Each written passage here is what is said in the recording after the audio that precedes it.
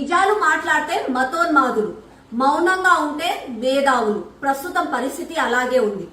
అమ్మాయిలని ట్రాపుల్ చేస్తున్నారు, అమ్మాయిలని మత మార్పిడి చేసి అమ్మాయిలని హతమారుస్తున్నారు అని మేమంటే, అరే మీకు పొద్దున లేసి లవ్ జిహాద్ అనే చెప్పి మాట్లాడతారు, ఎందుకు ఇంత కుట్రలు చేస్తారు మీరు అని మమ్మల్ని అంటారు.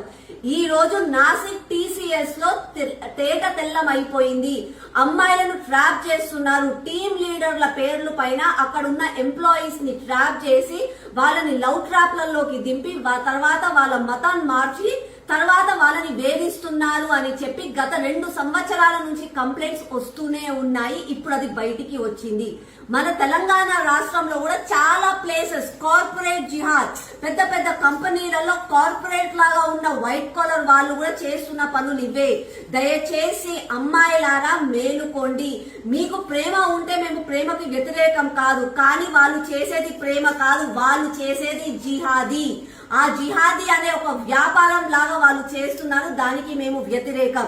నేను ఇంకొకటి అడుగుతున్నాను, ఒకవేళ నిజంగా కూడా ప్రేమనే ఉంటే కేవలం హిందూ అమ్మాయిలు మాత్రమే ముస్లిం వాళ్ళ ట్రాప్లలో ఎందుకు పడుతున్నారు? ముస్లిం అబ్బాయిలను ఎందుకు పెళ్లి చేసుకుంటున్నారు? ఎందుకు మతాన్ని మార్చుకుంటున్నారు? ప్రేమకి నిజంగా మతం లేదు కదా. మళ్ళీ అట్లాగే ముస్లిం అబ్బాయిలు కూడా హిందూ అమ్మాయిలని పెళ్లి చేసుకొని వాళ్ళు కూడా మతాలు మార్చుకోవచ్చు కదా. వాళ్ళకి మతం ఉన్నప్పుడు ప్రేమకి మతం లేదు అని చెప్పి వాళ్ళు ఎందుకు చెప్తున్నారు? దయచేసి ఇప్పటికన్నా మేలుకోండి. మీ తల్లిదండ్రుల గురించి, మీ కుటుంబం గురించి ఒక్కసారి ఆలోచించండి. ప్రేమ పేరు పైన వాళ్ళు చేసే ట్రాప్లల్లో పడకండి. మీ ప్రాణ రక్షణ మీరే చేసుకోవాలి.